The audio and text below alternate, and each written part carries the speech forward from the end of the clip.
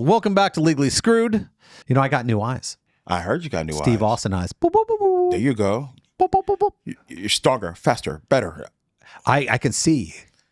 Without any help, no readers, none of that good stuff. No, nothing, man. I got the lenses put in. Gotcha. You got, not the laser, the lenses. Lenses. That's wild. I want you to know something. All right, let me tell you how this works, people. They're called refractory lenses. Yes. Refractory. And they cut a slit. They pull your lens out. Your natural lens. Yeah, they cut. I hear a lot of zzz, zzz, zzz. There's a lot of zzz going on. So there must be something. And everything goes red because it's bleeding. Because they don't knock you out. I was going to say, you were awake? I was awake. But they did do something cool, though. They go, and I don't take drugs. I'm not a drinker. I don't take drugs. I'm not saying I did it in the past. I'm just saying that, I don't do it now. He says to me as I walk in there, the woman goes, would you like Valium? Yes. Oh, absolutely. Would you like 5 or 10? Is 10 more? I want to make sure I'm going in the right direction. It's 10 more. Is 10 more? Yes. Yeah, 10, please. Got it. And I'm sitting there.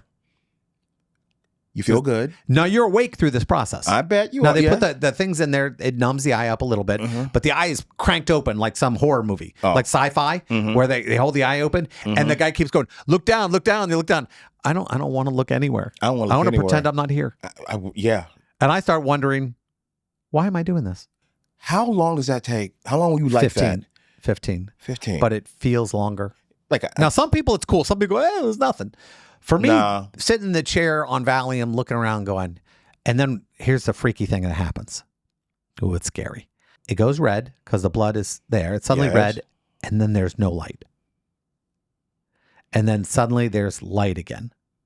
Because they take the lens out and it goes black. And I don't know if it's the blood or him over it, but in both eyes there was like about 20 seconds where it was black, and I was going, "Am I blind now?" And I know there's doctors out there going, "No, you weren't blind. It was all these other things." But you couldn't see anything. I couldn't see. I just could see. And then they put the thing back in, and I'm like, "Oh, okay." And I'm amazed that I can see immediately right away. I was expecting there's some cloudiness, but you're going, wow, I'm not blind. No, you're not blind. Now, I will tell you this. Barring anything going wrong in the next month, 2 months, a year, the amount I spent to get my eyes fixed and knowing I can't get cataracts or anything else like that again, it's worth it. I don't understand why everybody doesn't do it. You would tell everybody to get this surgery done. How much do glasses cost you normally? $200-$300? Yes. Okay. Yes. Now, in the last 10 years, have you bought more than 20 pair? Yes. Well, you paid for your surgery. Huh. All right. Now I got something for you. Okay, what do we got? It is time for Legally Screwed, my friend. Oh, God, here it comes. People doing dumb stuff or somebody saying dumb things, and everybody wants money. Okay, every now and again, I read one of these, and I'm like, I understand. I get this, because I've wanted to do this, and I didn't think this was possible. Here, you're going to follow me. You're going to know exact spot I'm talking about when I read it. Okay. This is fast food verbal assault, sir. Now, I'm a manager at a fast food restaurant. This morning, a customer came through the drive-thru. He placed a large order, and we asked him to park. He refused. After I handed him his food, he said, "You guys need to work on your times." I responded, "Dude, screw you." The manager said screw you? Yes, he did. Uh-oh. Now, if you don't like it, then don't come here.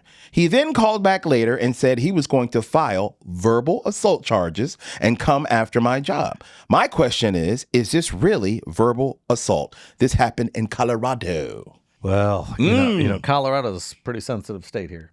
It is. Remember Colorado, they shoot buffalo in Colorado. I remember that. You know, now they just eat buffalo wings. But they're vegan buffalo wings, so they're not real. Oh, come on, bro. They're paste. Colorado changed. Okay.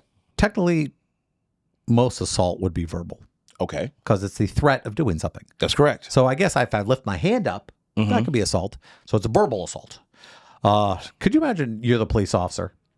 The 911 operator. I was driving through the ma'am, could you breathe? Calm down. Please breathe. It's okay. Breathe. And he told me to pull up and wait. And I told him no. Yeah. And he said I could go somewhere else. And I want to file charges. It's okay, ma'am. Work through it. It's okay. It's fine. Ma'am, breathe. Just breathe, please. Because he's worried about getting sued because he wasn't sensitive enough that she died calling 911. Correct. See, that's where I'm going. Mm-hmm. Did he threaten you with violence? It was violent speech. Violent speech. Ooh. That's great. That's fantastic. Was aggressive? It was aggressive. I mean, did he threaten your life? It threatened my emotional life. Oh, God. Oh, God. Please. Please. We do not have laws that will cover feelings. There you go. We don't have them. There you go. So, no, you were not verbally assaulted. And I'm going to say you were not assaulted. Got you. Okay? There's no assault there. No. When you get, watch it. Hey, Biff, go somewhere else. Still not assault. That's all. And that's not what even happened. He's actually helping you with directions, telling you where you could go. No, he was basically saying, listen, come on. We're full. I don't care. Yeah. Okay. What you got was ambivalence. Yes. He's like, listen, I got 400 people in line. If you stay in line, it slows everything down. Mm-hmm. First off, it's going to slow everything down anyway by me having to go out and hand you your stuff. But it slows it down less if you move forward. Yes. All right. Now, what you do have is I call the company and I say, listen, the guy told me to pound sand and go somewhere else, which might get the guy fired. It might, especially if you're a manager and it's a chain and your customer service isn't where it need to be. All right. I'm going to give you one to grow on, people. I'm going to make your life better. All of you. Please listen to me. Stop being offended. There is enough going on in your life to really care about that what somebody says on the internet, what somebody says politically, what somebody believes, how you feel, the way somebody looked at you. It is not worth your time and effort to care about this. Work on saving the world, not saving your feelings. That's a good one. There are so many good things. That's a good one. Yes. Yeah. You know how I changed? How? I have a gratitude statement I say every day. What is it? Everyone has to come up with their own. Mine basically says, I'm fortunate for the day. I'm fortunate to get to live another day, to love, to learn, and to be better. Every breath is a gift, and every moment is an opportunity to live better and to have a better life. Not one of those statements said, I could be mad at the Starbucks person who asked me to move forward. Because you know what you could do when you move forward? Take out a book. Read something.